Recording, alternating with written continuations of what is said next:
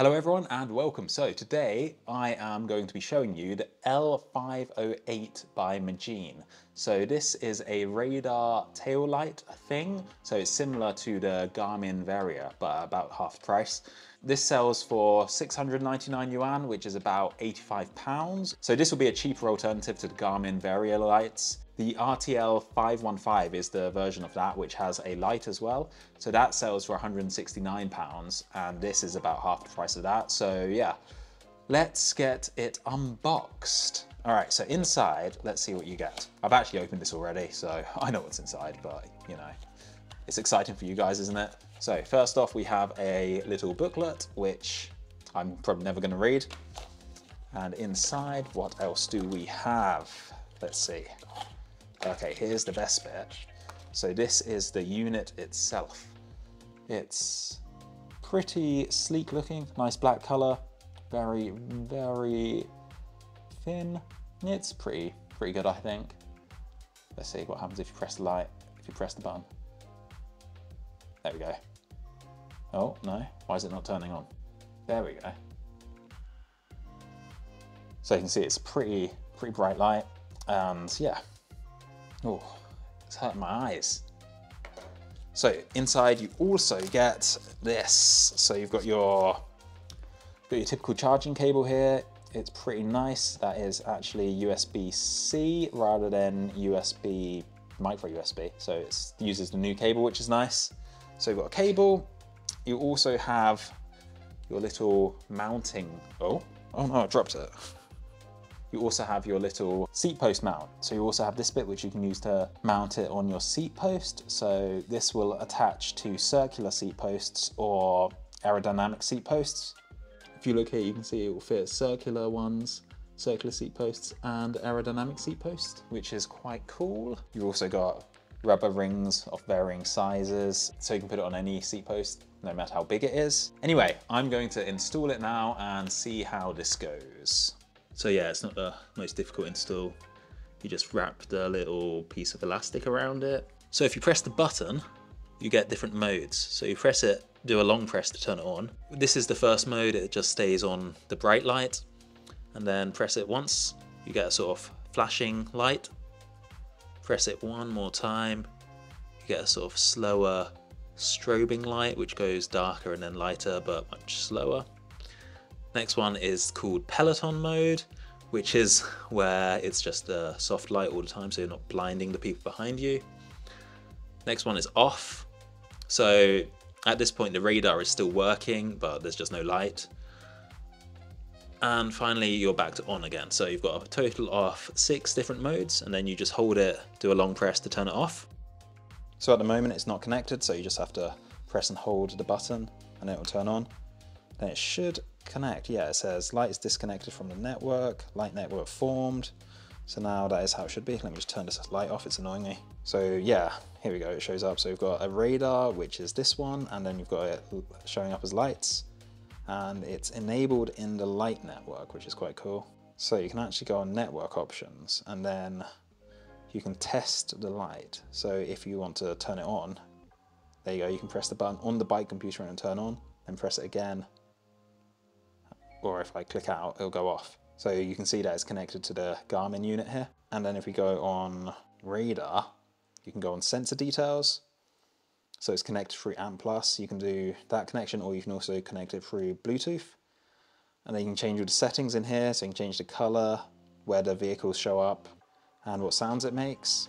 So one thing worth noting is you have to activate this before you can use it. So you need to download that app and enter in your details before it will work, which is a bit annoying, but there you go. All right, so that's the introduction. Let's put it on the bike and see how it works outside. So what I've done here is I've mounted a GoPro to my handlebars and I've mounted a camera to my back, so you can see both my back view and my bike computer at the same time. So how this radar works is it will show you a little dot and give you an alert on your bike computer when there is a car approaching you behind. So the cars show up as little dots on the left-hand side or right-hand side of the screen, depending on what you choose. So there's a car approaching now, so we can see at what distance it will register on the bike computer. So there we go, it's just popped up. So the white dot is the car approaching, the orange dot is you.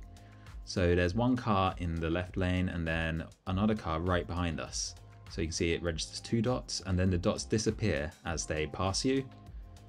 So if the cars are too close together, it won't recognize them. And if they're going the same speed as you, they don't recognize it as well. So you can see this one's just coming past now and the dot disappears as it goes past. And the cars don't have to be directly behind you, as you can see here. They're in the lane to the left of me.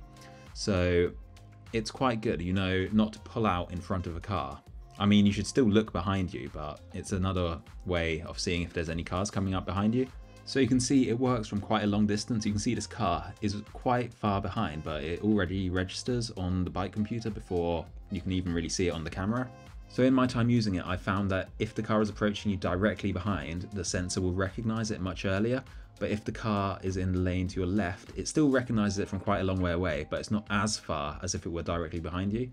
But it still recognizes it from a solid distance away. As you can see, like, it's recognizing this car just going past now and the cars behind it. So you've got like a few seconds warning at least before it goes past. And it does recognize quite a lot of the cars, even in the traffic. Sometimes when it's far away, it will show just 1 dot, but as the cars come closer and there's lots of them, it will separate them into a few dots instead of just 1. So one thing to be careful of is the cars are recognized when they're closing in, but when they start going the same speed as you, it can't recognize them anymore. So if you look at the dots now, you'll notice this car has come up behind us and it's showing the dot, but now the dot has disappeared because he's just going the same speed as us. So it would be nice if it would show that the car is still there behind you, even if it's just going the same speed. So I've taken this for a few rides and so far I do actually quite like it. It's useful to have when you're not sure if there's someone behind you or not. If you see the dot, then normally I look behind anyway, just to make sure. I'm not 100% confident in it because, you know, you're a bike and if you make a silly mistake, you're gonna get crushed. So yeah, I still recommend looking over your shoulder to check where everyone is. When you're on a bigger road and there's loads of cars coming past you, it does become a bit much because there's just dots coming past you constantly. You can't really keep up with it. So I think this is probably better if you're on a quieter road and there's only the occasional car coming past. That way you can be aware and you won't do something silly like pull out in front of a car that's coming past you really quickly. The bike computer does give you a little beep when there's a car coming past. So in conditions like this, you're just getting beeped at constantly. So yeah, definitely more useful for quieter roads. To be honest, the cars are so loud, you can barely hear the beep anyway, but that's a problem with the bike computer, not with the radar. Maybe there's a setting in the Garmin that lets you turn it up, I'm not too sure. So anyway, I really like this and it's definitely going to stay on my bike. For less than £100, I think something like this, which can keep you safe, is definitely worth buying. I mean, everything in the bike world is very expensive anyway, so this is actually quite a cheap thing and something that will keep you safe is always good. Anyway, that's it for this video. Like I said, I'll be doing a full, proper, in-depth review of this once I've had a bit more time with it. I'll be taking it on different sorts of roads, different sorts of weathers to see if it still works properly.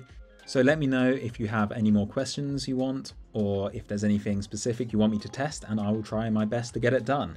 Anyway, yeah, so that's it for this video. If you liked it, please thumbs up, it really helps me out, and hit the subscribe button if you want to see more. Thank you for watching. I will see you in the next one.